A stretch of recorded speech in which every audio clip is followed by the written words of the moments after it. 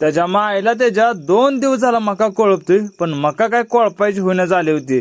त्यात कसं झालंय, मका कोळपायसाठी घरची निवांत झोपू पण देत नव्हती. त्यासाठी म्हणलं आज ह्या मकाचा दहीहंडच करायचा. मग काय आलू सकाळ सकाळी उठून मका कोळपायला. फायनली 2-3 तास लागलं मित्रांनो मका कोळपायला. पण तुमच्या भावानं काही सुट्टी दिली नाही, मका सगळी कोळपून काढली. मका कोळपून झाल्यानंतर मी आणि मम्मी निघालो होतो बघा शेगावला. जरा बँकेत काम होतं हो, आधार लिंक करायचं होतं.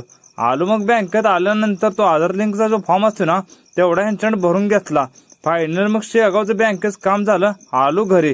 घरी आल्यानंतर आज संध्याकाळी शेवटचा गुरुवार असल्यामुळं आमच्या गृहमंत्र्यांनी काय नाही बघा, लक्ष्मीची ओके मध्ये पूजा वगैरे करून घेतली. पूजा झाल्यानंतर देशी गाईचं कालवाड बी आहे मित्रांनो, त्याचा पण पूजा करायची होती हो. पहिल्यांदा मग हळदी कुंकू वगैरे मस्त लावून घेतलं. हळदी कुंकू लावून झाल्यानंतर पुरणपोळीचा एक घास चारला. मग आज जेवणात पण मेनू लय खतरनाक होता, ती म्हणजे पुरणपोळी.